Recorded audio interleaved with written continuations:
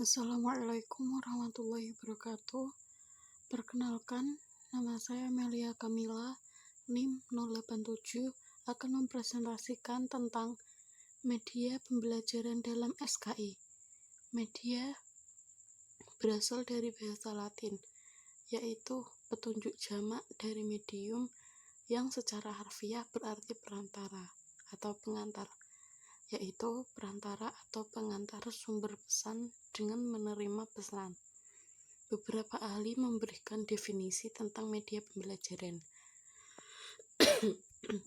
Sehram 1977 mengemukakan bahwa media pembelajaran adalah teknologi pembawa pesan yang dapat dimanfaatkan untuk keperluan pembelajaran. Yang kedua, Brittle, yaitu media pembelajaran adalah seluruh alat dan bahan yang dapat dipakai untuk mencapai tujuan pendidikan. Jenis-jenis media pembelajaran oleh Sells dan Glasgow pada tahun 1990, yaitu media tradisional dan media mutakhir. Selanjutnya, menurut Rudy Brads, yaitu media audio, cetak, visual diam, media visual gerak, media audio semi gerak, media semi gerak, media audio visual diam, dan yang terakhir yaitu media audio visual gerak. Selanjutnya yaitu dari Anderson dibagi menjadi 10 golongan, yaitu audio, kaset audio, siaran radio, CD telepon. Yang kedua cetak, yang ketiga audio cetak, kaset audio yang dilengkapi bahan tertulis. Selanjutnya proyeksi visual diam atau slide. Selanjutnya proyeksi audio visual diam, film bingkai bersuara. Selanjutnya visual gerak, film bisu. Selanjutnya audio visual gerak, film gerak bersuara. Selanjutnya video atau televisi. Selanjutnya objek fisik, benda nyata, model atau spesimen. Selanjutnya manusia dan lingkungan guru, pustakawan atau laboran. Dan yang terakhir yaitu komputer. Prinsip penggunaan media pembelajaran. Yang pertama, media akan digunakan oleh guru harus sesuai dipadatkan atau diarahkan untuk mencapai tujuan pembelajaran. Yang kedua, media yang akan digunakan harus sesuai dengan materi pembelajaran. Yang ketiga, yaitu media pembelajaran harus sesuai dengan minat, kebutuhan, dan kondisi siswa. Yang keempat, media yang akan digunakan harus memperhatikan efektivitas dan efisiensi. Yang terakhir yaitu media yang digunakan harus sesuai dengan kemampuan guru dalam pengoperasiasinya. Yaitu selanjutnya tentang fungsi media pembelajaran. Yang pertama yaitu media pembelajaran dapat mengatasi keterbatasan pengalaman yang dimiliki oleh para peserta didik. Jadi pengalaman tiap peserta didik itu berbeda-beda, tergantung dari faktor-faktor yang menentukan kekayaan pengalaman anak, seperti ketersediaan buku, kesempatan melancong, dan sebagainya. Yang kedua, media pembelajaran dapat melampaui batasan ruang kelas. Jadi, banyak hal yang tidak mungkin dialami secara langsung di dalam kelas oleh para peserta didik tentang suatu objek. Yang ketiga yaitu media pembelajaran memungkinkan adanya interaksi langsung antara peserta didik dengan lingkungannya. Yang keempat, media menghasilkan keseragaman pengamatan. Yang kelima yaitu media dapat menanamkan konsep dasar yang benar, konkret, dan realistis. Yang keenam, media membangkitkan keinginan dan minat baru. Yang ketujuh, media membangkitkan motivasi dan merangsang anak untuk belajar. Yang kedelapan yaitu media memberikan pengalaman yang integral atau menyeluruh dari yang konkret sampai dengan abstrak. Langkah-langkah penyiapan media pembelajaran, yaitu pemilihan media harus disesuaikan dengan tujuan pembelajaran. Yang kedua, pemilihan media harus sesuai dengan ketepatan gunaan. Yang ketiga, pemilihan media harus disesuaikan dengan keadaan peserta didik. Yang keempat yaitu pemilihan media harus disesuaikan dengan keadaan peserta didik. Prinsip penggunaan media pembelajaran.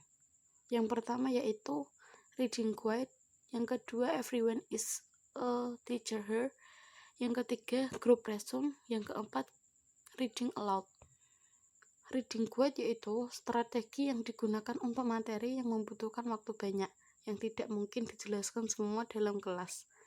Dan untuk mengefektifkan waktu, maka siswa diberi tugas membaca teks yang telah ditentukan oleh guru dan siswa dan harus mengerjakannya. Yang kedua yaitu tentang strategi. Ini memberikan kesempatan pada setiap peserta didik untuk bertindak sebagai seorang pengajar terhadap peserta didik. Yang ketiga yaitu group resume, merupakan model pembelajaran di mana pada prosesnya siswa dibagi ke dalam kelompok. Kelompok tersebut kemudian saling bekerja sama untuk membuat resume atau rangkuman dengan masing-masing kelompok yang sudah saling mengenal satu sama lain. Yang terakhir yaitu reading aloud. Ini dapat membantu peserta didik dalam berkonsentrasi, mengajukan pertanyaan, dan mengunggah diskusi. Strategi ini juga dapat memfokuskan perhatian secara mental, menimbulkan pertanyaan, dan merangsang diskusi.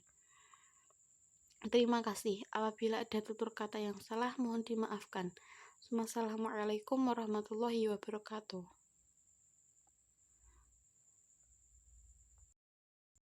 Di sini saya menjelaskan tentang pengertian evaluasi dan penilaian. Penilaian merupakan suatu proses atau kegiatan untuk menentukan nilai sesuatu adanya unsur penentuan. Nilai ini yang membuat konsep penilaian sering disamakan atau disejajarkan evaluasi. Oleh karena itu, banyak orang yang menggunakan dua konsep itu secara bergantian. Sedangkan yang dimaksud dengan penilaian pembelajaran adalah usaha penilaian yang dilakukan oleh guru atas proses yang telah berlangsung dalam kelas dan hasil belajar yang diperoleh siswa. Fungsi evaluasi pembelajaran SKI yaitu, bagi guru, seharusnya memperbaiki proses pembelajaran berikutnya dengan berpijak pada temuan baik berupa kelemahan atau kekuatan proses acara pembelajaran yang sedang berlangsung guna perbaikan proses pembelajaran di berikutnya. Untuk siswa, yaitu fungsi evaluasinya yaitu menggambarkan tingkat pencapaian hasil dan kualitas kompetensi dirinya. Prinsip-prinsip penilaian pembelajaran yaitu edukatif, motivasi, keadilan, komprehensif, dan berkesinambungan, dan terpadu atau terbuka. Jadi, prinsip-prinsip tersebut sangat erat hubungannya baik dengan alat maupun metode pelaksanaan evaluasinya. Teknik evaluasi pembelajaran SKI di MI atau SD, yaitu tekniknya